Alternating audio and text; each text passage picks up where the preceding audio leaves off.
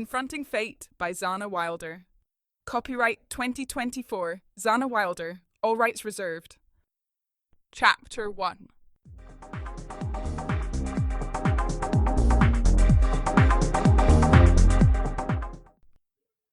Preening in the mirror, I twirl and flash myself a smile. My reflection grins back, daring me to do my worst. It's Friday night on the VIP floor in Club, the most exclusive nightclub in the city. Slicking on my favourite red lippy, I pout one last time before stalking back to where my friends are lounging at the bar. Lizzie, darling.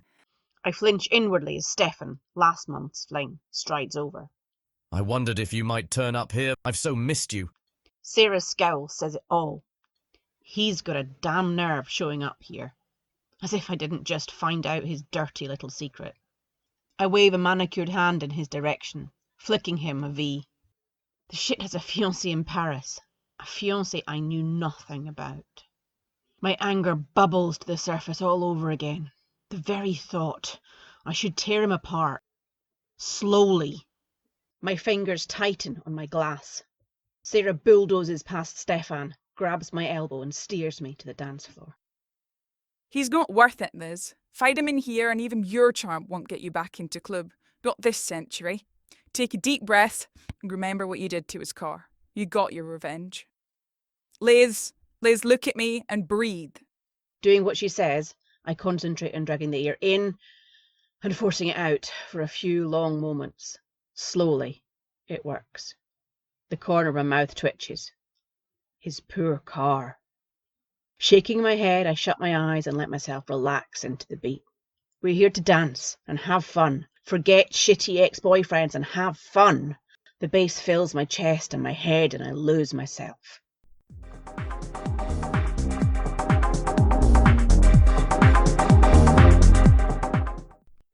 Sarah pulls me close, dancing her way up and down my body. Her eyes flick towards Stefan. I grin. I don't suppose it'll hurt to show the asshole just what he's missing. I giggle as a group of frat boys whoop and holler, edging closer and closer to where we're dancing. As the track ends, I fling my arms around the nearest guy's neck, pressing myself up into his space. Through my lashes, I risk a glance at the bar. Stefan's face is like thunder. He slams his beer down and shoves his way out the VIP area and into the night. Guess he finally understands. I peel myself off the kid in front of me, pat his shoulder once and turn away. Disappointed whine echoing behind me. I wouldn't mind finding a new mister right now, but it won't be this weak-chinned, drunken frat boy. How did he even get in here? Club standards are slipping. I love men, don't get me wrong. But first, they need to be men, not boys, and second, they all get boring very quickly. The girls say it'll change when I find the one, but who are we kidding? Got a rep for a reason. I do what I want, when I want. What's not to love about that? I've got my own money and an amazing bunch of friends. Why would I want more? Guys are great, but not for more than scratching an itch. Who needs a lovelorn puppy traipsing around after them all the time? No, thank you. I pull Sarah back to the others and we collapse in the seats in a whirlwind of laughter. It's a shame Freya couldn't come. Sarah shouts over the noise of the music. I sigh dramatically. She's just busy. We'll drag her out next time. I hide my white lie with a flashed smile. Freya, I fucking guarantee, is not busy. She just prefers her own company and a book. I'm pretty sure she feels out of place with this crowd too. She doesn't have old money, not like the rest of us. And not like the trust fund babies that haunt Club either. In fact, from what I can tell, she's flat broke. Her loss. Smirks Yasmin, eyeing a couple of men who've just strutted in. Think you could handle the two of them, Liz? Frowning, I peer over. Their scent hits me just as I recognise the men themselves. Dragon shifters. And none other than the infamous Ferris cousins. I chew my lip and peer at them. They are hot. I've seen them before, sure, but only at a distance. Not only are they stupidly attractive, but they're pretty much royalty in the shifter world. Although, given their arrogant stares, they know it. They're normally pretty elusive, but when they come out to play, oh boy. I edged sideways on my chair for a better look. They're both tall, with chiselled jaws and slate grey eyes. But the similarities end there. The elder cousin oozes a dark dominance, his toned body barely contained in a black shirt, leather jacket and tight jeans. The other Ferris is all blonde hair and surfer dude charm. Not quite my type. I wrinkle my nose delicately. I knew it. Yasmin gloats. Even Liz couldn't control those two. I glare. She knows I don't back down from a challenge, damn it. I mean, I won't be taking them home, not if they're not doing it for me, but a little flirt? I down the last of my drink and stride over. Game on.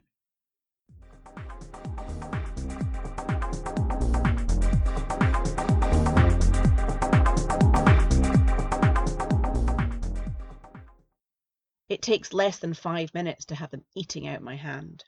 They're a letdown, really. Way too easily impressed by a dominant female. It's no fun if there's no challenge. Just as I'm considering ditching them, a tall figure flanked by a couple of built-looking blokes grabs my attention. There's something annoyingly familiar about him. I study the predatory way he stalks to the bar. He leans sideways to mutter into his companion's ear, and I catch a flash of piercing blue eyes. Hell, I do know him. I ran into him. Literally. He was the hot bit of rough outside Freya's.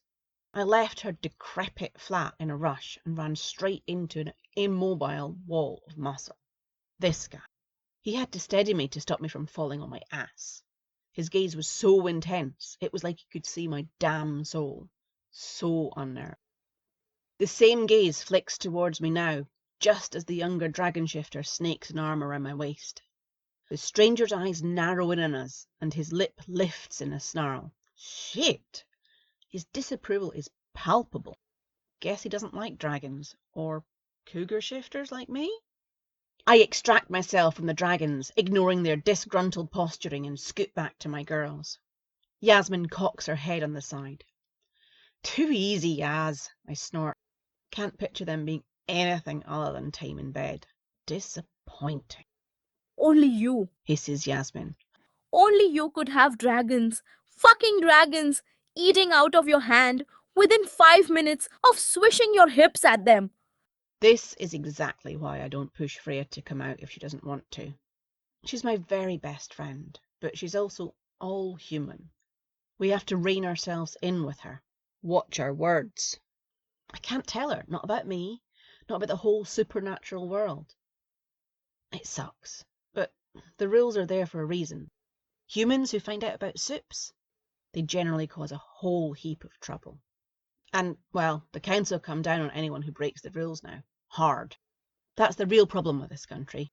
All the rest of us, the shifters, the vamps, the witches, and every other fairy tale creature you don't believe in, we have to hide our true selves. I glance up. The shifter from Freya's is watching me over the top of his pint. He glares when his gaze snags mine. What the fuck is that guy's problem? Now there is a bit more of a challenge. I nod my head in his direction. That delicious bit of rough has done nothing but glare at me whenever we've met. Yasmin and Sarah strain their necks. Who? There, the guy with the angry scowl and the 2 sidekicks. Sarah looks at me askance. He's not exactly a bit of rough. He's the upcoming beta for the Fenrir Watch Pack, you bimbo. Gulping at my bubbles, I blink. The fiercest shifter pack in the country, in Europe. That explains the quiet dominance rolling off him. And a beta. Never been with the beta. Now he's definitely a challenge.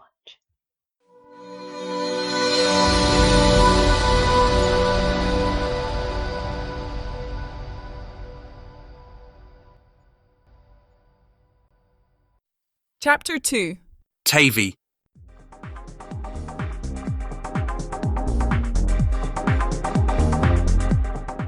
Club isn't exactly my normal haunt.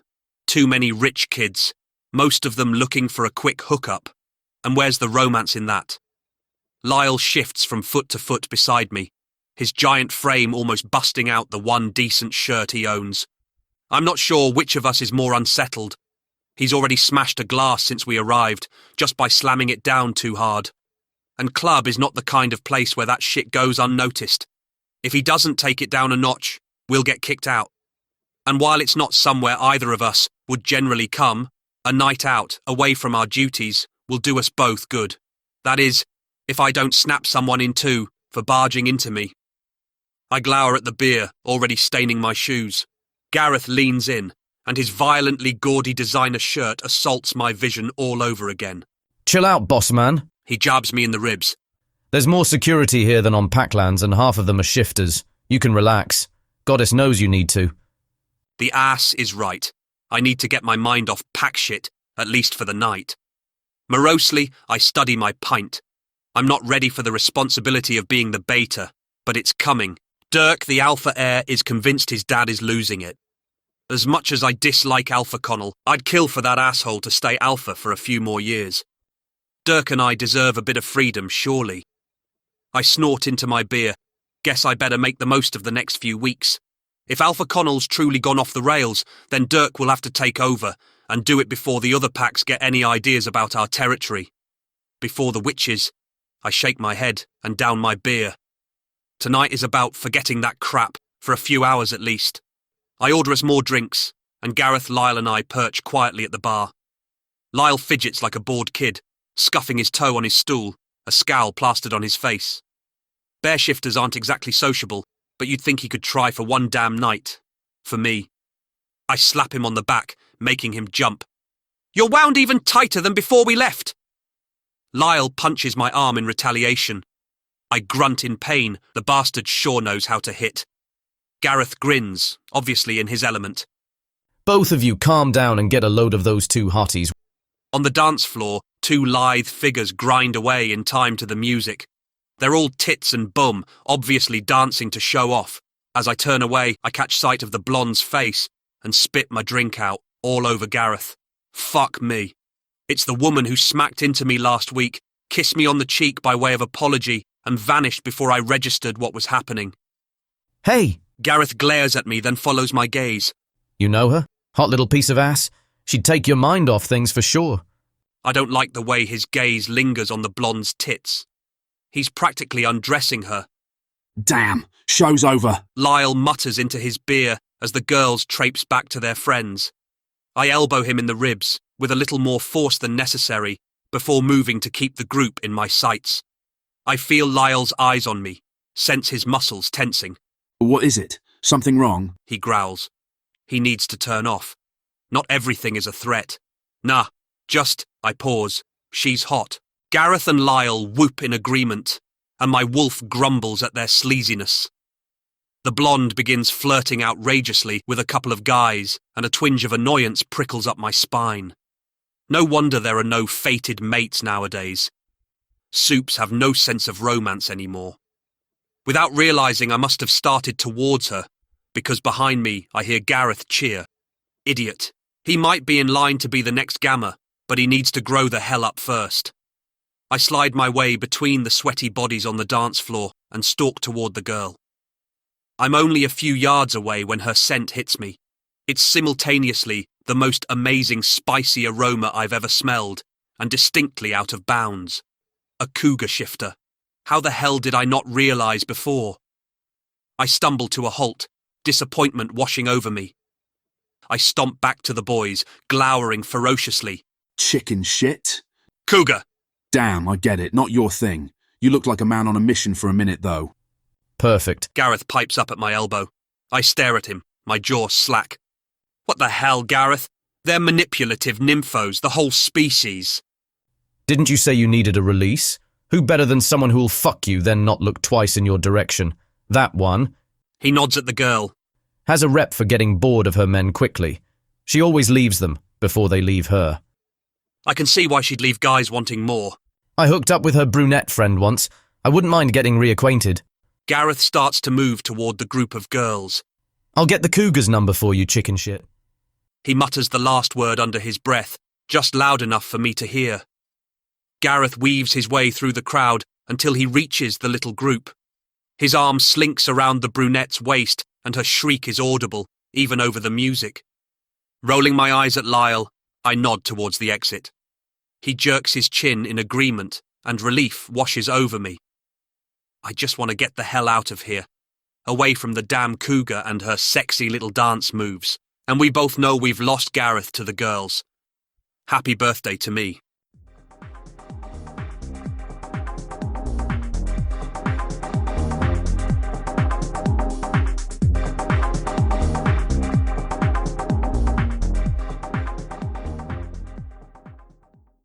Chapter 3. Liz.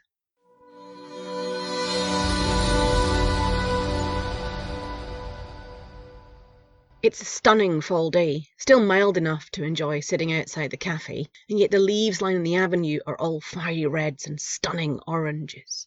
Familiar voices float across the cobbled square, and I lower my coffee mug, peering out over the top of my sunnies. Freya and Sarah barge around the corner, chattering full volume. I knew they'd get on if Freya just gave Sarah a chance. "How was the bookshop, ladies?" I eye their heavy bags. Awesome! Freya chucks herself down next to me, and the metal chair wobbles precariously. I have so many more books for my TBR list now. TBR? To be read! They chorus. Well, how the hell was I supposed to know that? Bloody book nerds. Whatever. You'll have a coffee with me? I signal the waitress over just as my phone pings. My father. I push it away with a sigh. I'll reply later. Sarah narrows her eyes. He's not messaged, has he? I glance at her guiltily. Who?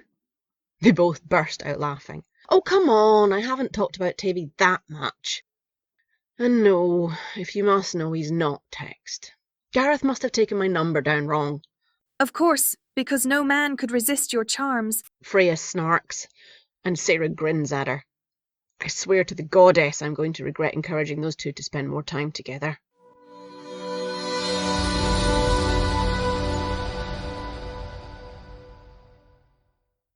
Two days later, and still no message. I pace the elegant tiles of my living room before flinging myself into a plush leather recliner. Either that beat is playing really hard to get, or he's not interested? That would be a first. Why does it have to be a guy I'm actually into? Catching myself chewing on a strand of hair, I spit it out with a groan. I have to be having some kind of rebound from Stefan, surely. That's it. I mean, I'm never interested like this in a guy. My knee bounces. I've been to the gym already this morning, but my insides are clawing to get out. I need to go for a run. Anything to avoid obsessing over a bloke I've barely met.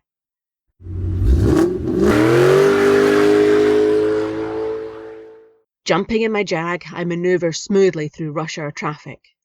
Not even the engine's throaty roar is calming today. At least Hollywood Park isn't too far away. It's a common spot for the city's shifters to let loose.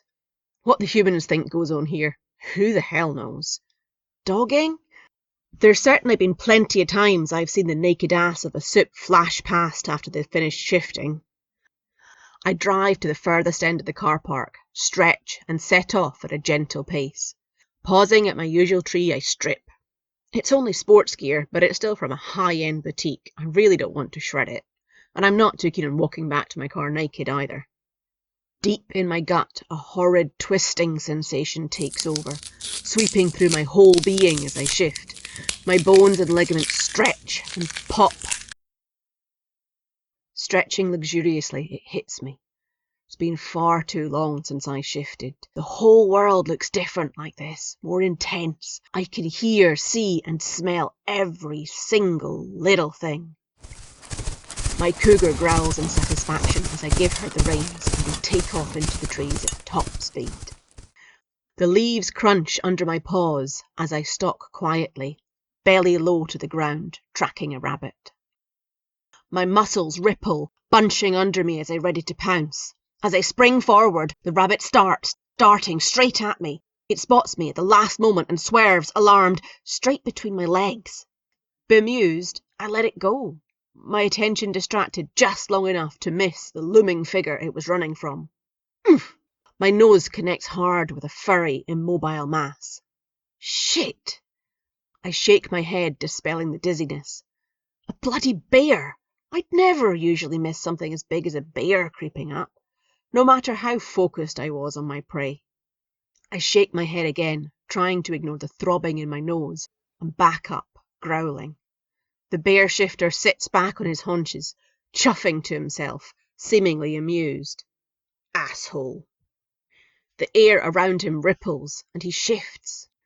My cougar normally can't be bothered socializing, but there's something I recognize about his scent. Fancy seeing you here, little kitty. I bristle at the affected endearment, glaring into his face as I finish my own shift. Lyle, the grizzly that was hanging around with the upcoming beta. He's a specimen. If I wasn't mildly obsessed with his friend, he'd certainly keep a girl happy. He is a beast of a guy. Thought it was my man Tavey you were into, kitty. He catches me looking and sends a lopsided grin in my direction. Although I wouldn't say no. Being naked doesn't embarrass me one bit, and two can play that game. I let my eyes rake him up and down. He is built. Massive shoulders and bulging biceps with mega-toned abs. My eyes drift further down. I purr. Not bad for a bear. But there's something about doggy style that does it for me. He shrugs. I can do that too, kitty, if you ask nicely. Why don't you come past the ring tonight? Tavey and I are both fighting. You can decide whose corner you're in. I suck in a breath. The ring is an underground bare-knuckle outfit. Think illegal gambling, occasional mutilations, and, albeit rarely, deaths. The idea of a wolf and a bear having a standoff in an enclosed space sets my teeth on edge. I'm pretty sure the big guy would have an advantage. Not sure tonight does it for me, Teddy, I say, trying my damn hardest to seem casually disinterested. He growls, and I have to suppress a laugh. Tonight's the only night you'll see Tavey fight. Seems to need to get something or someone out his system. He wiggles an eyebrow at me before his face settles back into its customary scowl. And don't call me Teddy. I laugh out loud this time. We'll see, Teddy. We'll see. I turn on my heel, shift, and sprint back to my clothes. I am 100% going, and you can bet I'm going looking my absolute best.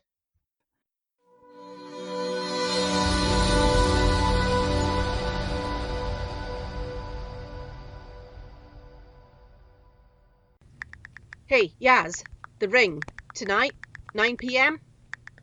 She's the only one of the girls that might agree.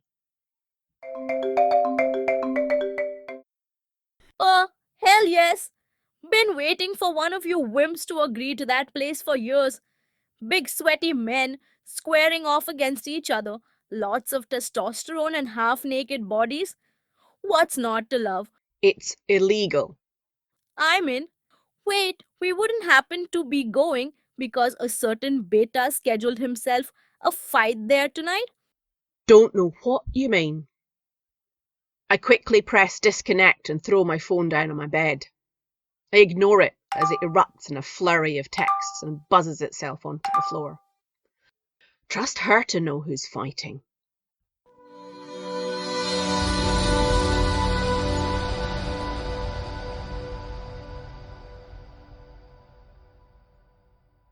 Chapter 4. Tavey. The ring is perfect. I need the release I didn't get at club.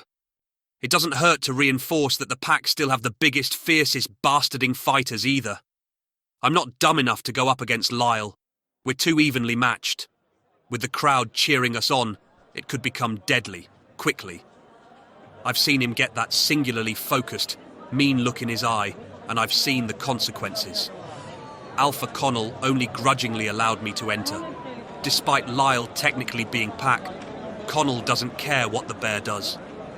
We all know Lyle's a loose cannon if he doesn't get to take the edge off regularly at the ring.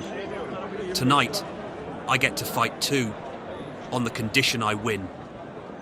Once in the cage, everything dims to a background hum. Seamus Volman struts into the cage, swaggering his best swagger and ramping the crowd up. The Volmans are the only nomadic wolf shifters I know. Their men enter cage fights wherever they end up, an easy way to make some money. The bell goes, and we're on each other. He's quick and fights smart, but he's no match for my brute strength and stamina. It only takes a few rounds and he's tiring. I let him get a few punches in, feign I'm about to shift so that he steps back, giving me enough room to sucker punch him. He staggers, and for a second I think I didn't hit him hard enough. But his legs crumble moments later and he hits the dirt. Too easy. My second opponent swaggers into the cage. A dragon.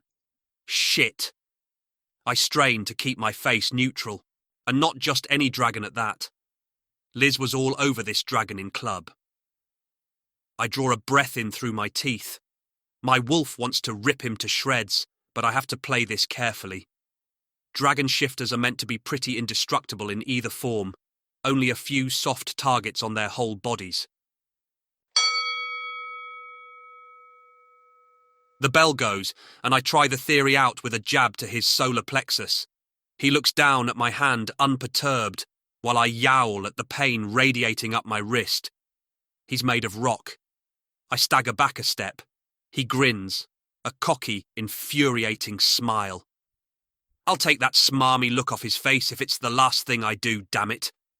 We spar, seeking out each other's weaknesses. Every time I get past his guard and hit what should be soft flesh, it's like hitting a wall. Snorting, I rein my wolf in. I have to be smart here. This is a dirty fight. Anything goes. I aim a kick at his balls. As he stumbles for the first time, I uppercut his jaw, then I'm on his back, one arm around his neck, the other gouging at his eyes. It's not pretty or fair, but it works. He's not willing to risk his sight. He signals to the official. 2 down, but that was too close. Way too close. Alpha Connell will kill me if I lose, or at least demote me. Pacing on the sidelines, I try to stay focused while the next matches are held. I'll fight the winner of these, and it's quickly clear who my opponent will be. A hyena shifter. Mal is well known on the circuit as a full-on psychopath. He's not here for the money. He's here for the sick, twisted perversion of being able to inflict as much pain and disfigurement as possible. The officials hate him, but the crowd adores him. He lays into his already unconscious opponent, and I wince, pulling away from the edge of the cage. It takes 3 officials to drag him off. 3. This might be challenging. I clamber into the cage, appraising Mal out the corner of my eye. He's barely touched, a small cut above one eye, and a graze on his torso, but otherwise, he's fresh. He's all crazy-eyed, virtually foaming at the mouth. One unlucky official is trying to hold him back until the bell. Unease washes over me. Crazy is never a good opponent, and his breed of crazy is jacked up on steroids. He launches at me and we scrap. I land a few punches before he kicks into another gear and ramps up the batshit. The guy's all over the place. Somehow he gets close enough to immobilize my arm and rips a bite out my finger. I howl in pain and anger. Wrenching out his grip, I risk a glance down. It's not bitten off entirely, but it's held on by ligament and skin, and no more. My fury erupts. All my suppressed anger and disappointment from the past few days suddenly finds an outlet. I'm the brawnier of the two of us, and he just made me mad as all hell. I'm finally coming out on top of this fight when a scent hits me. Her scent. I'm momentarily distracted, peering into the crowd. The hyena blindsides me, and I land on the deck with a smack. The crazy bastard leaps on me and we roll in the dirt, grappling. My fingers slip on his sweat-sheened skin. My last fight took it out of me. My muscles are fatiguing way too quickly. I have to get him to shift. It's my only chance to pull this back. The ring's only rule is that you must fight in human form. If the other guy shifts, you win, providing you live long enough for the officials to intervene. Rather than straining away from Mal, I lean in and whisper in his ear. Suddenly, I'm grappling with a giant hyena, and he's fucking furious. He's lost, and he's going to try and make me pay. I grab his scruff in one hand and clamp the other firmly round his jaw, holding it shut, barely. My badly bitten finger thrums in pain, the blood mixing with sweat, and my grip, slowly loosens. He wrenches sideways, nearly breaking out from under me, when suddenly the cage is swarming with officials. Thank the goddess. They grab hold, faces set in grim determination. Panting in relief, I step back. A tranquilizer gun comes out, and I hear the crowd boo before I turn and stomp away. Who the hell enters a fight, then has to be tranquilized because they lost? What happened? Lyle growls at my shoulder. That was too close. I waggle what I can of my mangled finger at him. It flops pathetically sideways, and I take a breath in through my teeth. The damn cougar from club is here. Completely distracted me. Why would she even set a pristine stiletto in this place? Lyle looks at the dirty floor with an intensity I dislike. Lyle. I might have invited her. Well, okay, goaded her into coming. He pokes a stone with his boot. It's okay, though. You won. His hopeful look vanishes as I launch myself at him. Boys! A chirpy little voice that has no right to be here breaks through our scuffle. Fighting's around the cage, right? I pull myself off Lyle, and not sparing the woman a glance, stomp to the bar, reach across and grab myself a beer. The bartender stares at me for a long moment before thinking better of whatever he was about to say. He turns to serve someone else with a shrug. Hi, Kitty. Glad you could make it. Ready to see a real man fight now? Kitty? What the hell, Lyle? I snarl, spinning to face them. Lyle's call comes over the loudspeaker and he shuffles backwards out the room towards his fight, grinning cheekily at me. Liz glares after him, her lips pursed in annoyance. The corner of my mouth twitches. Fuck off, Teddy. She growls, loudly enough for him to hear and send her a dangerous look of his own. I burst out laughing, down my beer and grab for the next. She's got some balls. Not many people would dare piss off that grizzly. Liz perches next to me on a teetering, decrepit stool and starts chatting like we're old friends. The girl is stunning and doesn't seem to care that her face doesn't fit here. Yeah, she's wearing leather pants like half the crowd, but one glance and it's obvious her skin-tight outfit is designer. Just like the heels on her pretty little toes. Who wears stilettos to the ring? Hoots and hollers echo across the room. Without thinking, I edge closer, shielding her from the stares of a group of drooling idiots in the corner. Her smell is intoxicating. Even my wolf loves it. There's something about this woman. Yet, I should know better. A cougar shifter for hell's sake. Gareth said she's had countless men. Then again, at least Liz seems to know what she wants, who she wants. She's not just some big-titted, blonde-haired bimbo who lets herself be used, although her tits are pretty nice. Up here, Wolfie. Slim, manicured fingers grab me under the chin and redirect my gaze. Her touch is electric and gone in a flash. Oh, sweetheart, just enjoying the view. The words are out before I can stop them. Her eyebrows shoot up and her nose wrinkles. I scrub my hand through my hair, wincing at the pain, and shuffle uncomfortably on my stool. Sorry? Still a bit overly macho from the fight. It's a crap apology, and I know it, but it earns me a half smile. Macho doesn't really do it for me. I'd take a beta over an alpha, any day. Good to know, Kitty. I slip in Lyle's nickname. It kinda suits her. I guessed you might have a taste for beta. Or else, why are you here? Her pupils dilate, and, caught out, she bats at me in annoyance. I catch her hand and use it to pull her roughly into me, stealing a long inhale of her scent. Her angry little face turns up into mine, and she bares her teeth. Fuck me. Even when irritated, she's stunning. My instinct takes over, and I capture her mouth in a passionate, breathless kiss. No kiss should taste this good. She's cinnamon and nutmeg, all mixed in with desire. She kisses me back with a ferocity that's breathtaking, nipping my lower lip seductively and grazing her tongue across mine as her hand creeps up my thigh.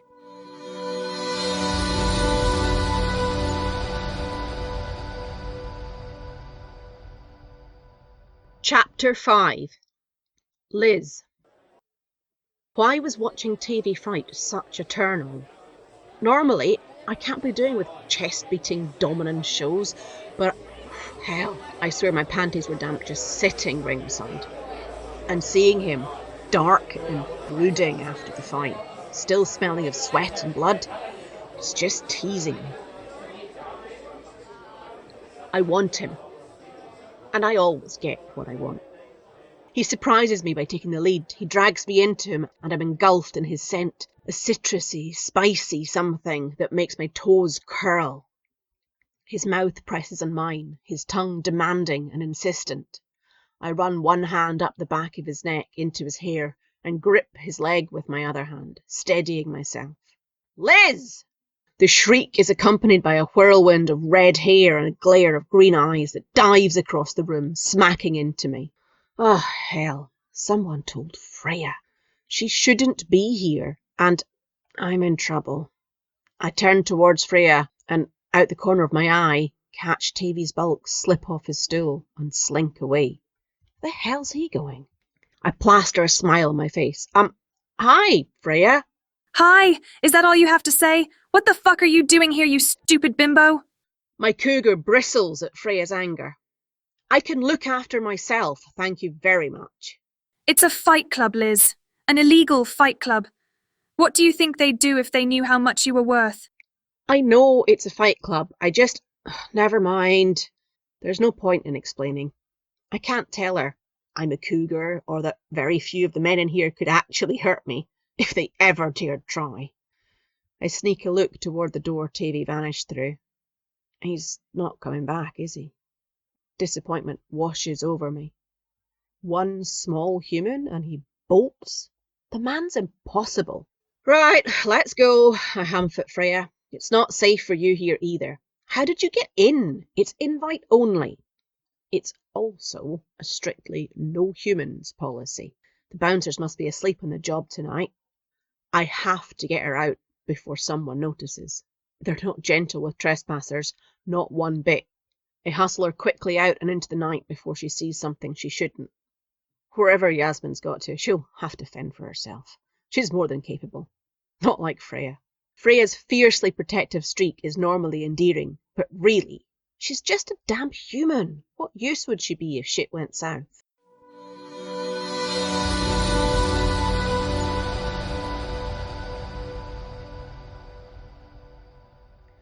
Your timing sucks, Freya.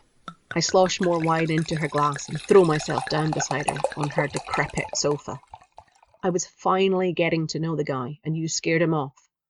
Gone. Freya rolls her eyes and surreptitiously covers a threadbare patch on her rug with her shoe. She thinks I don't see how she lives, but it's obvious. I make a mental note to order the wrong size rug.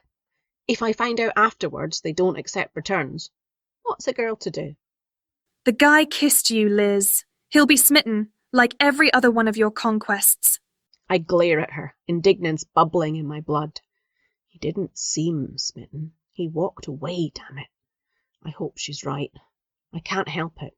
I want to get to know this guy, really get to know him, not just screw his brains out. Although...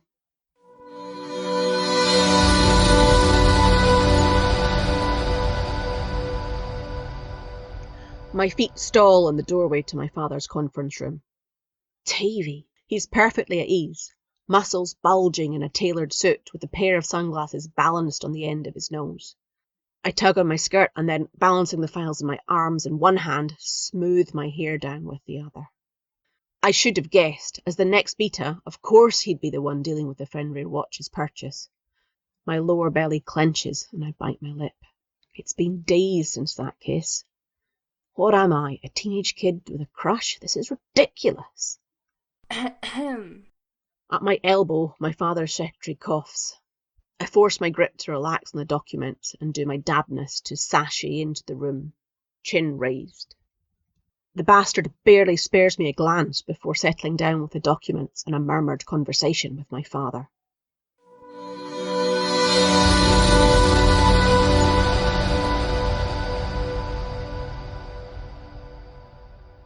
Chapter 6.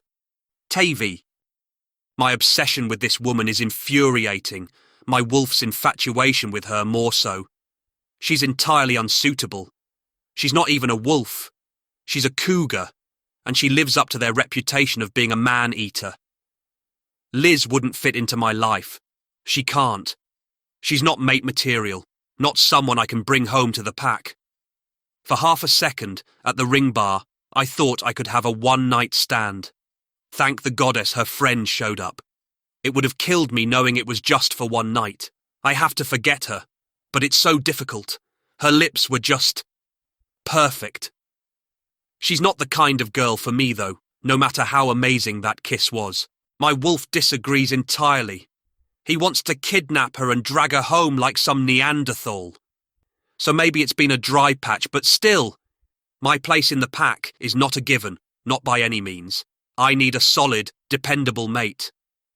If I knew with certainty that the one was out there for me, that I'd recognise her the instant I set eyes on her, it would make my petty infatuation with Liz easier to deal with. At least today I was prepared.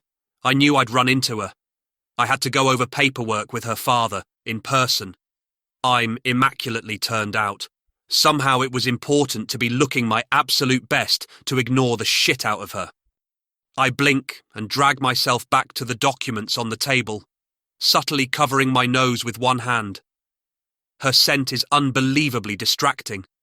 We've been in the same room for 10 minutes, and not looking at her is killing me.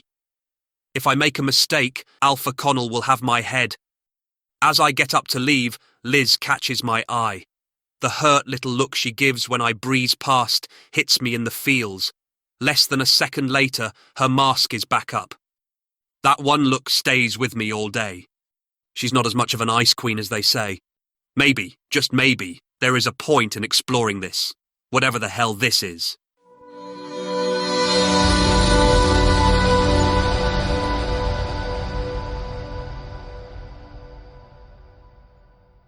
Chapter 7. Liz. He ignored me, I screeched down the phone. He stared straight at me and walked past. I'm spitting.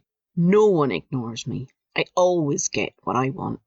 Why is this asshole getting under my skin so much? Fucking wolf. No better than a damn lapdog. Chill, Diva. It happens to the best of us. Simon oozes calm down the phone. Why don't we go have some nice drinkies and forget all about him? Fine. I end the call and throw my phone across the room. I'm behaving like a spoiled brat. I know it, but that man is so infuriatingly handsome and untouchable. It's bringing out the worst in me. Maybe that's it. Maybe that's why I want him, because I can't have him. Well, tonight is going to be about having some fun. Tavey can just get the hell out of my mind. Simon is the best possible antidote to man-related issues, as I could hope for. We dance ourselves sweaty, bitch relentlessly, and drink stupid, sparkly pink cocktails in ridiculous glasses. We're just on the point of leaving club, and Simon and I have agreed for the 100th time that Tavey was indeed an asshole, and that I could do significantly better than a mere beta when Lyle messages. I peer blearily at my phone before bursting out laughing. Apparently, Lyle thinks Tavey is interested, and that I could do the heads up. And guess what? They're on their way here. Simon snorts. What now? Full diva, I retort. Revenge. I wish I could stay to witness that, but Brian's outside waiting to pick me up. Can I persuade you to leave the poor man alone? He won't know what's hit him. Revenge. With that, Simon rolls his eyes and weaves his way out the club. I nurse a glass of water at the bar quietly until I spot the trio coming in the door. When Lyle, Gareth and Tavey approach, I give Tavey a cool nod and promptly ignore his ass. Who knew? Actions have consequences, Dick. Lyle, however, is really not taking my hints, no matter how hard I flirt. He takes little glances at Tavey under his brows and flinches every time I touch his arm. The guy is seriously making my life hard. He was flirty before. Why stop now? How am I supposed to drive my point home to Tavey if Lyle looks like he'd rather be anywhere but here, talking to me? I switch to Gareth. I drag Gareth to the dance floor and he grins like an idiot, traipsing along behind. The beat slows and he grinds his crotch up against me, snaking his hips and murmuring sleazy shit in my ear. Shit. This is a really dumb idea. I don't even like this guy. What the hell am I doing? Before I can extricate myself, Gareth is jerked backwards. Where his warm body pressed up against me seconds before, there's a blessedly cold space. I swing around to see Tavey and Gareth, faces inches from each other, snarls plastered across them. Tavey doesn't bother to look at me, but he marches Gareth away, one hand firmly on the back of his friend's neck. I glare at their departing backs before stalking to the bar. It's his own bloody fault. If he thinks it's okay to kiss me, then vanish, and not even acknowledge my existence the next time we meet, then he totally deserves this. I down a couple of shots. Maybe I should just go home. My neck prickles. From a few yards away, two slightly rough guys are eyeing me up and edging along the bar in my direction. Well, they're rough for club at least. They don't normally be my cup of tea, but right now, they are so perfect. I let them try to chat me up, playing along, leaning on the bar, flashing my cleavage and sticking my ass in the air. The floor moves under my feet and I squeeze my eyes tight shut to stop the swaying. I'm not sure how much later it is, but suddenly I feel drunk. Surely I've not had enough to be this bad. Hell, I don't normally do this, get properly wrecked, especially if I'm on my own. But now I'm falling over kind of pissed. I concentrate on rearranging my feet so I can stand up straight. My elbow slips as I lean on the bar, and one of the blokes I'm with catches me. Oh, sneaky bar moved. Thanks for the save, big guy. Shit, I'm slurring. I never slur. I pat his chest, then try to push him back a bit. It's like pushing against a brick wall. He doesn't budge. The second guy slides closer. I'm hemmed in. Suddenly, it's not fun anymore. I want to go home. Trying to put a little distance between us, I edge sideways, but my legs won't work. I stumble and trip straight back into the guy's arms. Careful there, little pussy. Don't want you falling and messing that pretty face. I yank myself away again. The room spins and I grab at the bar to keep from falling. Fuck, I am messy drunk.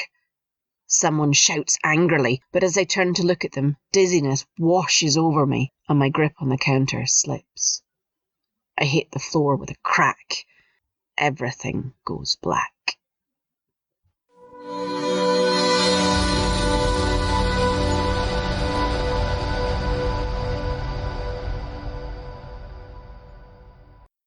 Chapter 8. Tavey. It's ridiculous. I'm schoolboy style excited to see Liz tonight. It took me forever to decide to ask her out, but now I've made the decision, I can't wait to see her again. Only moments after we arrive in club, it's clear. This is a mistake of epic proportions. Liz studiously ignores me. Instead, she's fixated on Lyle. He looks more and more uncomfortable, glancing between me and her, before eventually excusing himself for a cigarette. That leaves Gareth, who's currently grinding his smelly little cock up and down Liz on the dance floor. I'm going to kill the little shit. Or maybe I'll let my wolf do it. He's snapping and snarling in my head like a Tasmanian devil. It sure wouldn't be pretty to let him loose right now. Shouldering through the crowd toward them, I already know there's no way I'm going to keep my cool. I yank him away, out of sight of the humans. My fist smacks into Gareth's face with a satisfying crack. What was that for? Why didn't you just make your move? Dance up to her and shoulder me out the way, like any sane person. Instead, we're out here in the cold. My nose is bleeding all over my expensive damn shirt, and your little girlfriend is in there with goddess knows how many horny guys. Shit. He has a point. By the time I persuade the bouncers to let us back in, Liz has floated off to the bar and is flirting. Again. The woman is impossible, but maybe it's too deliberate. The fleeting look of hurt in her dad's office haunts me. Another glance at her, and I'm done. I can't date someone who thinks this shit is okay. I won't do drama. Just as I turn to leave, I catch sight of a beefy hand wavering over Liz's glass. Her drink fizzes briefly. Wait, did I just imagine that? My senses snap back, the slight alcohol buzz gone in an instant.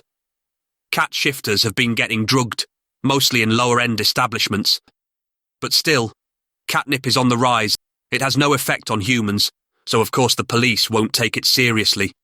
The bloody supernatural court are dragging their heels too. Lyle, watch those two.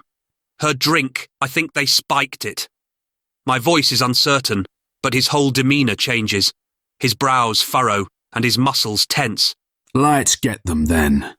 He's ready to pounce straight away, and I have to hold his arm to stop him starting forward. Wait, I'm not sure. I glance at him and clench my jaw. How did I forget? She's not your sister. This isn't the same. And Liz is not leaving with those guys. We won't let her. Liz looks, to anyone else, like she's pissed. She stumbles a few times, dancing messily against one of the blokes with none of the finesse she had only minutes ago. Wait, I caution. We need to be sure.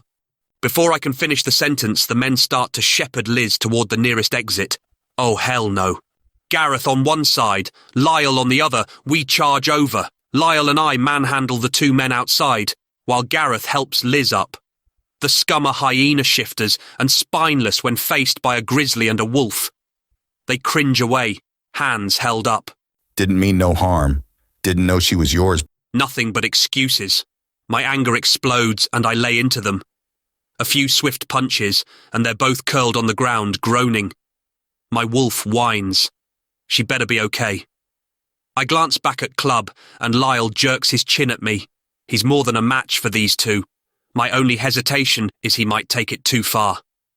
Do not kill them, Lyle, I growl. My wolf disapproves of the words, even as I say them. They deserve it. He grumbles, but nods again at the back doors of the nightclub. Do not kill them. Fine. Grunting, I leave him with them and elbow my way back inside. They would deserve it. Liz is barely conscious. There's no fucking way I can trust her to hold on to me on my motorbike. Hell, she can't even tell me where she lives. With Gareth's help, I scrape Liz out of Club and into a taxi.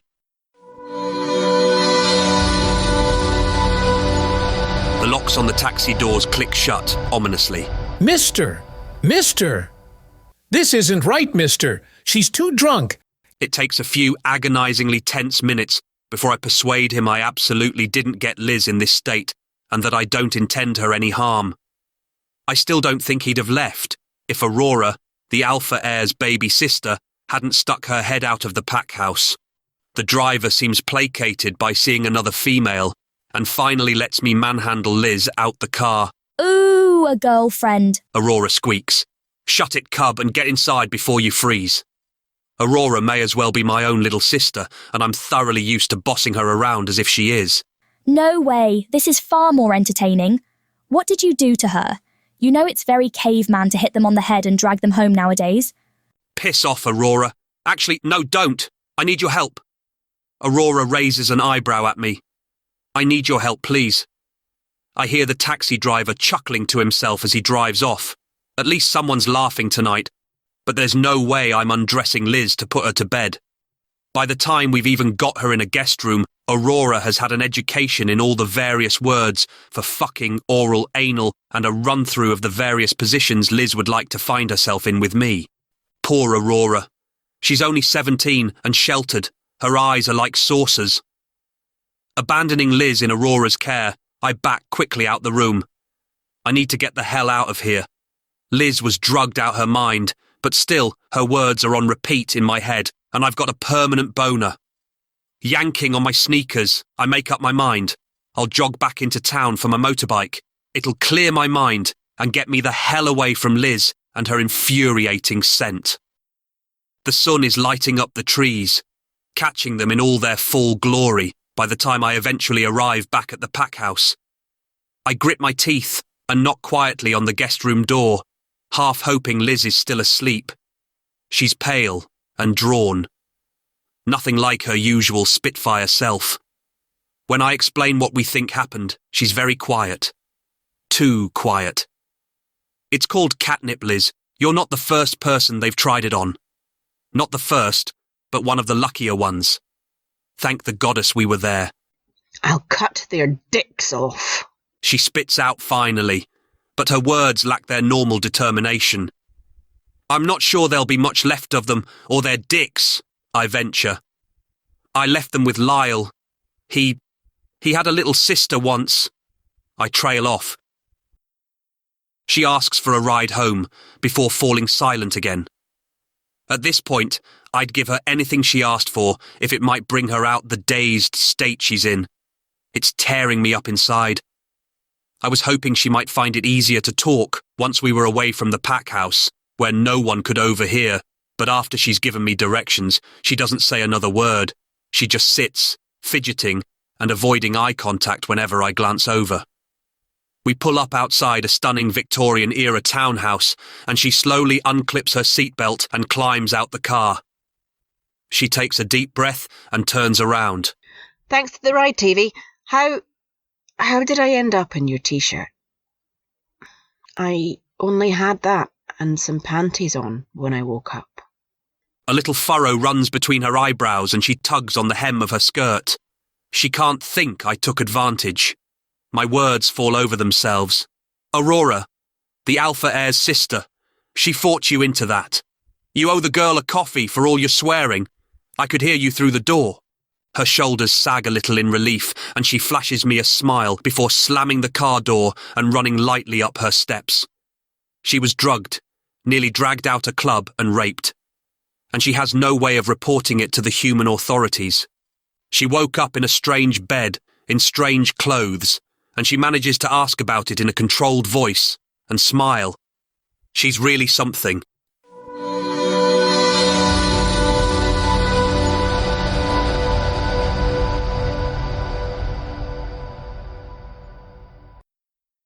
Chapter 9. Liz. I stretch my arms out, groaning. Goddess, how much did I drink last night? I can't remember ever waking up with a hangover. Shifters don't get them, at least not normally. I peel my eyes open, and when I don't recognise the room, I sit bolt upright with a start. Where the hell am I? A quick glance around is enough to reinforce this is not my house. It's all old antique furniture and wood polish, not a piece of modern art in sight. Hell, I'm not even wearing my own clothes. A pit of dread gnaws in my stomach. I don't remember getting here, and I don't remember changing. I take some steadying breaths and force myself to look around more slowly. My clothes sit on an ancient-looking wing-backed chair, neatly folded. I definitely didn't do that. I quickly yank off the t-shirt I'm wearing and pull on my slightly grubby skirt and top. Glancing around surreptitiously, I take a deep sniff of the t-shirt. Tavey. It smells of Tavey. Relief washes over me. He wouldn't wish me any harm, would he? I mean, I was a bitch to him in club, and he deserved it, but I don't remember much more. The sound of a motorbike outside makes me start, and I peer out the window to see Tavey screech to a halt in a shower of gravel. Tavey gently takes my hand and exclaims about catnip, and I'm not really sure what to say. I'm shocked and furious and kind of numb, all in one tangled up mess. If Tavey and his friends weren't there, I could have been waking up somewhere very different this morning. Or maybe not waking up at all. My cougar still hasn't come around properly. Hell, she is going to be pissed. Tavey's kind enough to take me home, but I can't bring myself to talk. We sit in awkward silence for the whole drive. The question is on the tip of my tongue the whole way. Before I head inside, I have to ask him.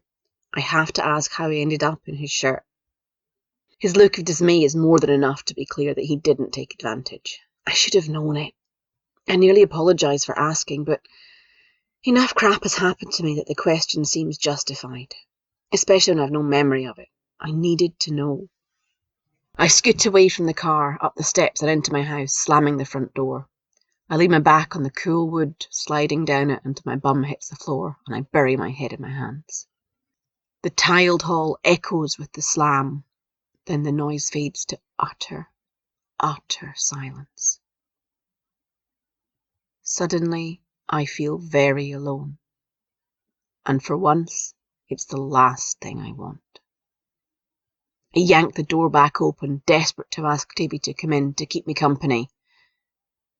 His brake lights flash in the distance as he turns the corner and vanishes.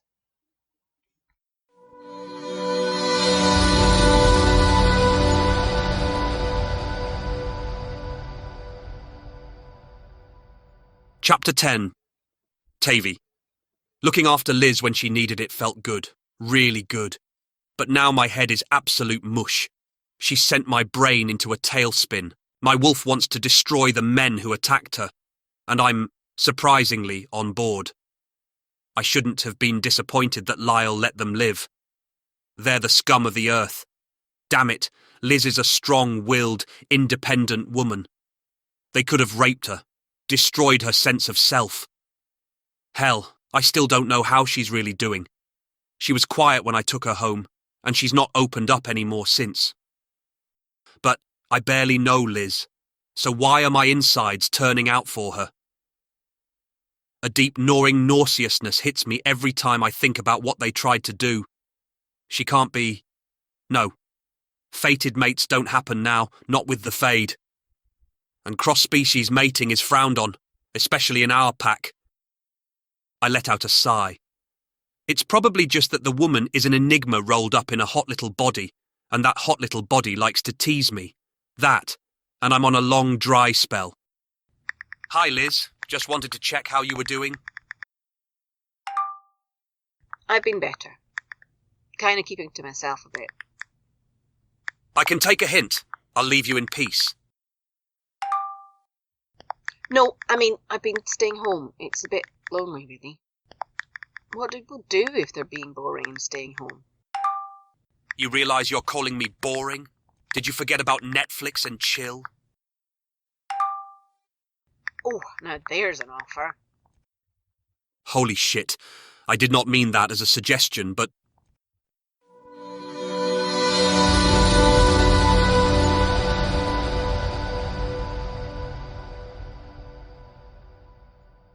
Pulling my helmet off, I run my hand through my hair, smoothing it best I can. Now that it's happening, I wish it was a proper date. I grab the pizza and bottle of wine from my motorbike lockbox and take Liz's steps 2 at a time. She answers the door in a skimpy red number.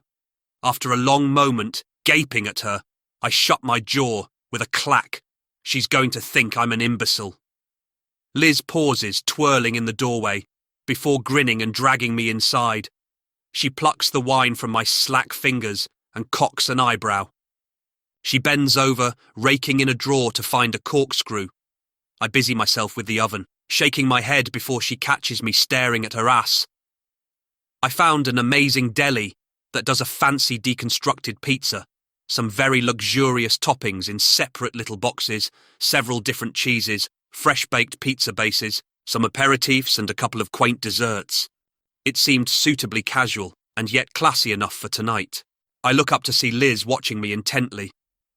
I grin at her and she smiles before rubbing my back almost shyly. Glad you can work the oven. I can't. She glowers at it and hands me an almost overflowing glass. We settle in with the pizza. I find myself relaxing quickly as we bicker over the movie choice. Of course she gets her way, but every time I look up, I catch her staring at me, and not the giant screen taking up most of her living room wall. Like what you see, Kitty? She scowls, and I love how cross she looks. I reach over, pulling her into me, and kiss the frown away, ignoring her hands as they swat at me. She giggles and reaches for my shoulders, holding me at arm's length. You spilled perfectly good wine. She tuts, gesturing to herself. Her soaked dress clings to her boobs exquisitely. I guess it has to come off then. I grip the edge of it and give her a little inquiring look. She smiles, nods, and grabs at my top, whipping it over my head before I can think. Grinning, I pull her back to me, on top of my erection.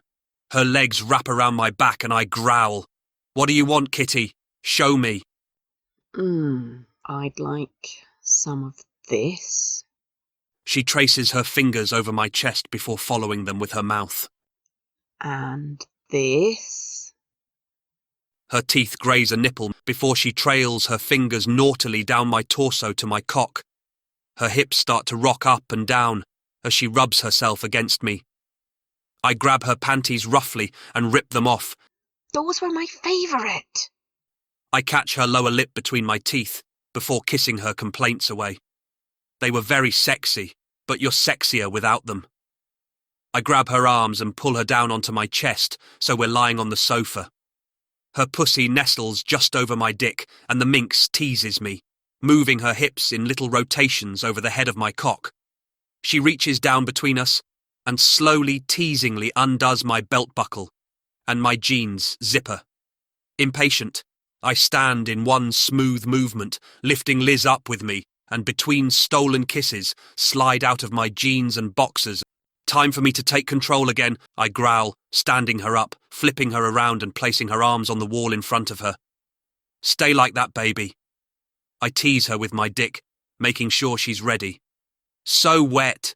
Is that all for me? I don't wait for an answer, loving her gasp when I slide my whole length inside in one quick lunge. She tenses, trying to accommodate me. I pause, one hand holding her waist, the thumb of the other circling her clit, until she starts to move against me, her hands reaching back for me. Hands on the wall.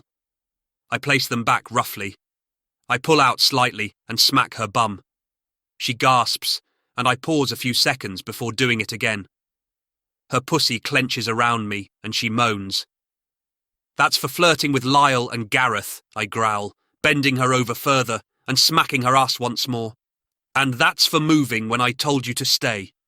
She lets out a quiet grumble, but leaves her hands braced against the wall. I take hold of her hips and move her up and down my length, loving her moans as I bury myself in her. Her breathing gets harsher, and my own climax builds with the rhythm. Grabbing her hair, I pull her head back, just as she gives a cheeky swivel of her hips.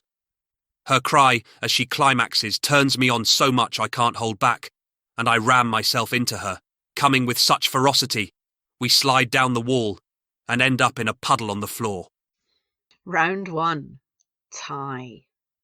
Liz giggles, wriggling out from under me and cocking a cheeky eyebrow at me.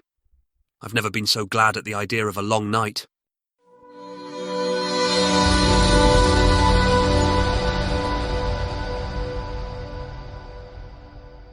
I wake up just before dawn and gently extricate myself from Liz's arms.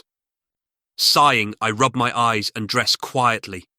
We didn't ever specifically say it was just tonight, but hellfire. This is Liz. She's a cougar. I feel like a right ass, but I can't be with her. A cougar. A player. I have to leave now that I'm awake, before I change my mind. I slip my boots on and pull the door shut behind me, ignoring the knot in my stomach and my wolf's whining.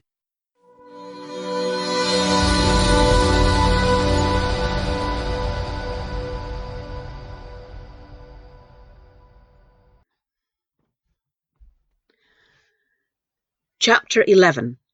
Liz. When I wake, I stretch an arm out to find Tavey. Only the sheets are already cold. I'm fully alert in an instant. A quick glance around my room confirms his shit is gone. His boxers and shirt have vanished from where I ripped them off him, and the apartment is deadly quiet. The fucker has left in the middle of the bloody night. No note, nothing, just gone. Damn it, it's something I might do, not Tavey, not my gentle man, not the man I thought I was getting to know. Wait, my man? He's obviously not my man, and I picked him up all wrong. Netflix and chill wasn't the start of something. It was what, deep down, we all know it is. A quick fuck and hightailing it out. He's no different to anyone else. He took what he wanted, and now he's gone. I take a few deep breaths, calming myself. I'm not irrational about men. I'm not. A quick check of my phone, and he's not even bothered to message. Bastard. What the hell happened to my rule of making sure I'm always the one doing the leaving? I spend the week moping around, peering hopefully at my phone whenever it pings. It's never him. I will not go crawling after him, though. Not by texting, not by calling. He's made his intentions quite clear. My resolve wavers a few times, but in the end, I'm just pissed that I got used. Simon and Yaz come to the rescue with a takeaway, a couple of bottles of bubbles, and an ingenious plan. It's my original Get at Tavey plan, on steroids. Tavey's on my social media, so I make a few posts about getting ready for a date, leaving hashtags that are going to get under his skin. It's juvenile, and a little part of me loves it. Whether he gives a shit about me or not, no one likes to feel easily replaced. We set about making me and my new date have the best time. Simon makes the perfect fake boyfriend. He's a sophisticated-looking hottie, and Tavey doesn't know him, doesn't know he's gay. I hope. Simon is so catty, he is taking way too much delight in this. He tags me in a few posts, labelling them, "Can't believe I'm going out with this stunner," using photos from the last time we went out for dinner, and I was looking at my absolute best that night. I leave a few heart emojis, just for emphasis. By the time we head out, I'm pleasantly pissed, and I'm not the only one.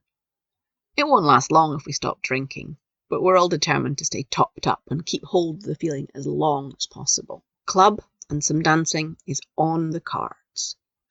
With my friends by my side, I've no issue going back there. I'm somewhere between angry drunk and sad drunk when I come up with a fabulous idea of texting Tavey. Except I only have Lyle's number. Simon made me delete and block Tavey straight away. As soon as I hit send, I know it was a mistake. I just hope Lyle's asleep and keeps his mouth shut in the morning. Sometimes I'm such an idiot. I shrug off my poor judgment and drag Simon onto the dance floor. He's the best dancer I know. Why does he have to be gay? We'd be an amazing match, except neither of us feel anything except platonic love. But hell, do we make good dance partners. He's trained in modern and street dance, and he has the perfect rhythm. So it's confusing when he missteps. I peer at Simon and see his pupils widening as he backs away, fear radiating from him. A strong arm wraps around my waist, and I'm hit by a sudden waft of the most enticing, spicy smell ever. Tavey! I turn into him, smiling, but his face is thunder.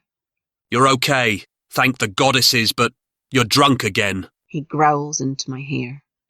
Maybe. My cougar snarls. She hates me being drunk. "You told Lyle you were out of control," he grates out. "You insinuated... No, that's wrong. We thought, or at least I thought, maybe those hyenas with the catnip hadn't left town after all." He swallows hard. "I'm just fine, Wolfie. I can look after me." "It's cute you care, though." His icy glare cuts through the alcohol haze. "Piss off, Liz. I thought you were in serious trouble again. Who the hell wouldn't turn out to that?" He glances at his watch. "Even when it's 2:30? Oopsie, my bad." I try to keep it light-hearted, but I don't miss the fact he didn't tell me he cares, nor that he's mad as all hell with me. "We're leaving. Now." He grabs my upper arm and steers me forcefully to where Yaz and Simon are sitting. "Which is her bag?" The chicken shits are practically quivering under his glare. While he's gathering my stuff, I nick all the drinks left on the table. If he's this cross, I am going to need some liquid backbone. Tavey's exasperated sigh just makes me giggle more, ignoring my cougar's warning growl. In a whirlwind of swearing and stomping, Tavey has me out the club and back at mine before I can blink. The booze I downed hits me and I stagger across my hall. Behind me, Tavey humphs and then frog marches me to the bedroom. "Arms up! How the hell did you wriggle into this thing, Liz?" He tries to yank my dress off over my head. "Zip!" I mumble. Tavey ignores me and pulls at it more frantically. I'm suddenly very aware of being in my bra and panties while my head's stuck inside the bloody dress. He gives a final yank and the dress fires over my ears, and I sit on the floor with a plop. Right, put this on. He hands me possibly the most sensible nightshirt I own, and I pout. Can't I have your t-shirt again? I whine as he helps me up off the floor. No, Liz, focus. Arms up, head in. There you go. He turns back the bed covers and manoeuvres me until I sit down with a bump. Lift your legs in. I cozy down, watching him quietly pick up my dress, fold it and hang it on the back of my chair. His shoulders tense as he turns to face me. This is it, Liz. For us. I'm going to be the beta for the Fenrir Watch. I can't be with someone who does this. He waves his hand in my direction. I don't think this is just some reaction to being spiked. You were out partying most nights before that, and I need someone dependable, someone who's got my back, someone who won't get themselves in shit every 2 minutes or cause a high school-style drama. Without saying another word, Tavey turns and walks out my room and down the hallway. My front door clicks shut and my cougar starts screeching, a terrifying, heartbroken wail. I burst into tears. I feel really small, so completely tiny, and I can't stop crying. It's hours later. My face is red and puffy, and my cougar has completely blocked me out. But I keep coming back to the same thought. Tavey's considered us. He's looked at us in the context of being together long term, while he's the beta of his pack. He's given us some serious consideration. Surely it's a good sign that he's thought about it that way. I really want this man, in a way I've not wanted anyone before. There has to be a way back from my mess.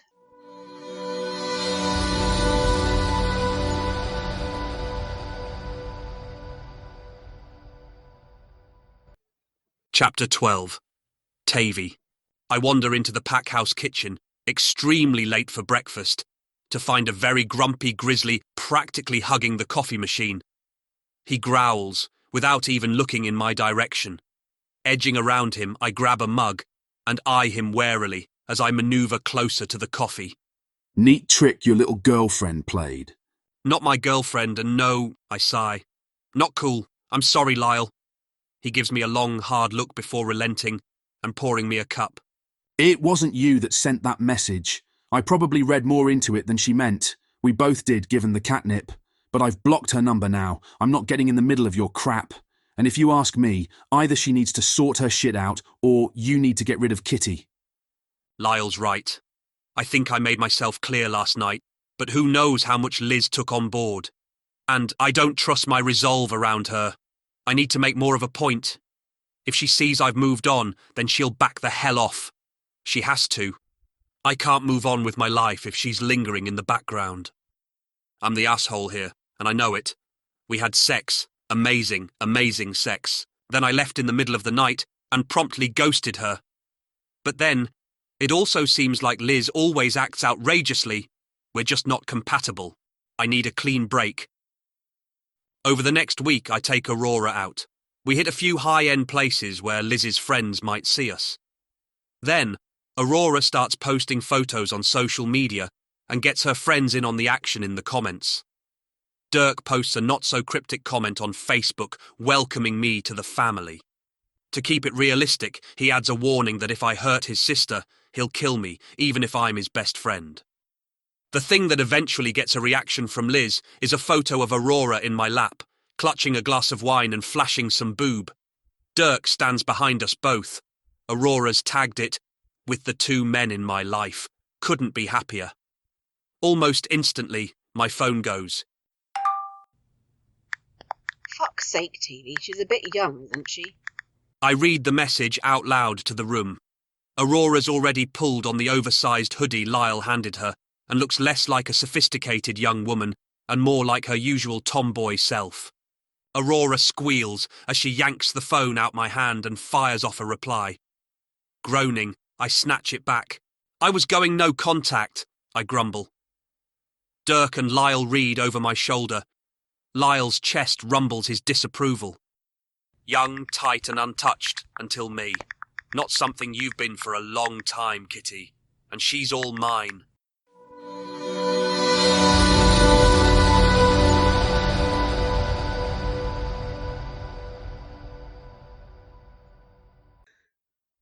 Chapter 13. Liz. My cougar is distraught. I've never felt her like this. She's in shreds. She wants to curl up and give in, and to go on a murderous rampage and slaughter Aurora, all at the same time. I can't cope. I just can't. And I can always cope. It doesn't make sense. I thought I was over him. I even dragged my mates into getting stupid, childish revenge for ghosting me after we fucked. Surely plotting that kind of revenge means you're getting over someone, doesn't it? Damn it. This is precisely why I don't get emotionally involved. Ever. I behave like a complete idiot. What the hell is wrong with me, with my cougar? She's never been interested in who I shagged before now. Now we're both breaking apart, although she did sit up and pay attention whenever Tavey was in the room. Maybe I should have realised he's literally the only conquest of mine she's ever been remotely interested in. She radiates disapproval at my drunken antics. I didn't think it was possible for your shifter animal to hate you. I thought cougars were meant to be solitary, flirt from one relationship to another. I mean, it's what Mum did, at least. My cougar's thoughts come through clearer than they ever have. Most cougars. Most might behave like that. But not this cougar. Not us. He's ours. And you lost him. I stare stupidly at my phone as it blinks away. One new message. Lyle. He blocked me days ago. I tried to apologise and bam, blocked. Why is he messaging now? Is something wrong with Tavey? I grab up my phone in a panic. It's a link to speed dating for shifters in the occult. What the hell? Is he trying to tell me to move on? I got that message already, loud and bloody clear. A few seconds pass, and a one-line text arrives. Tavey's going to this crappy event next week. He's looking for his mate, but maybe he already found her. I suppose someone with a little influence could get her name on the guest list. My heart starts racing, and my head's a confusion of contradictions. Wait, so Tavey and Aurora, they're done already? That's a dangerous game to play with the Alpha's youngest child. Either Tavey's a massive player and has been hiding it really well, or things aren't working out between him and Aurora. Whichever way around it is, the Alpha is going to be pissed. But actually, I don't give a flying fuck which one it is. There's a chance. Who'd have placed Lyle as the matchmaker? My fingers fly across my touchscreen. I'm going, but I'm not going alone. I have to persuade Freya. The rest will just encourage me to drink stupid amounts. Anyway, they'd never agree to it. They all think he's a complete asshole by now. Although, maybe I helped to paint that picture just a little.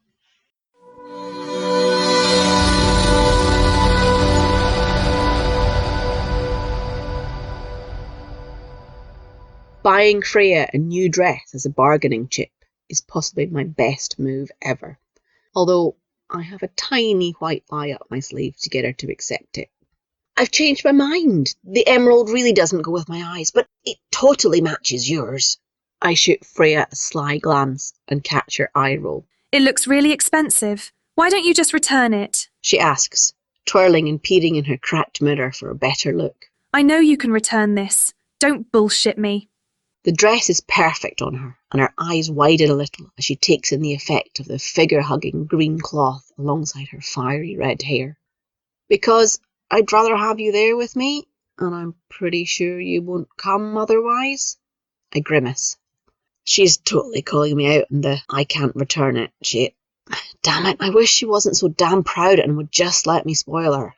Okay, fine. She scowls. But only because you seem really cut up about Tavey. I've never seen you like this. Maybe you'll meet someone else there. I gulp down a mouthful of the heartburn-inducing red wine she offered me and nod. She doesn't need to know he's the reason I'm going. Not yet.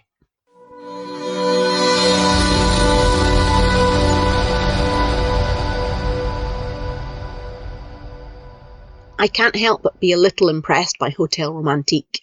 This place is high-end, even by my standards. I finally understand why it took a lot of leaning to get 2 last-minute invitations to this thing. Tavey's motorbike sits outside, next to rows of fancy cars, and my stomach clenches. Showtime.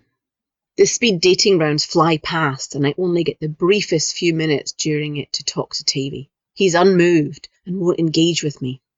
I screw it up, I can't get my words out, and he slips away quickly when the bell goes.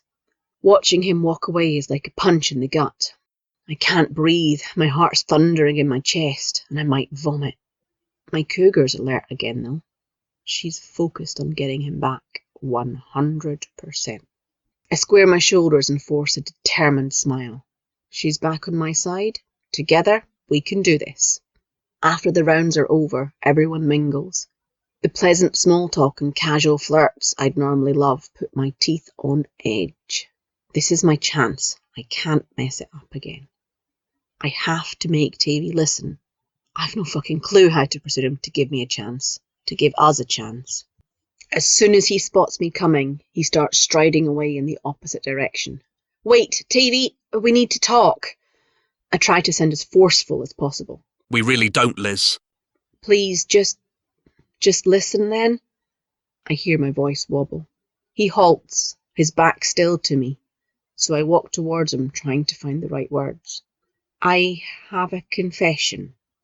He turns slowly towards me and arches his eyebrow. Goddess, he's gorgeous. I was trying to make you jealous. I wanted you, and I wanted you to want me back. He says nothing, just stares, forcing me to continue. I'm not used to wanting someone like that. I didn't deal with it well. I'm sorry. You are a complete asshole for walking out after we had sex, though. I was furious. I wanted to make you jealous. I wanted to kill you, and then I wanted to murder Aurora as well. I glance at him. His head's tilted on one side, and he's listening. It's difficult. You wouldn't believe how difficult. I feel weird, vulnerable. I rush on when he looks concerned. It's nothing to do with those guys and the catnip. Well, maybe I still need to process that, but I've spent my entire life learning not to ever be vulnerable. I pause and glare at the floor, blinking quickly. But I think maybe there's something more with us. He laughs. He laughs in my face. I feel tiny again. The whole world spins around me, and I can't take my eyes off the ground.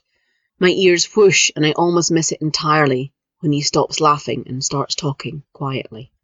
I was trying to make you jealous too. It felt suitable payback for messing with my head so much, and I needed you to move on. It was the only way I could do the same.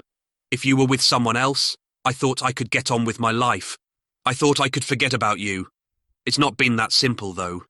I squint into his face, trying to gauge his feelings. He takes a deep breath and continues. Aurora is like a little sister to me, so if you harm one hair on that pup's head, we're through. She agreed to help me. I asked, and she agreed. Although she is a twisted little madam for sending you that reply. They were never dating. I can't decide if I'm angry or delighted.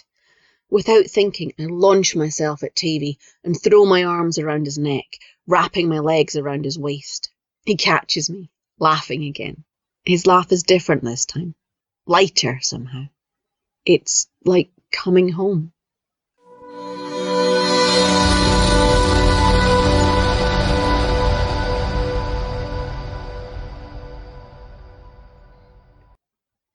Loved Confronting Fate? Listen to the next book in this complete series and find out about Freya and Dirk's story in Luna Ascending, coming to your headphones soon.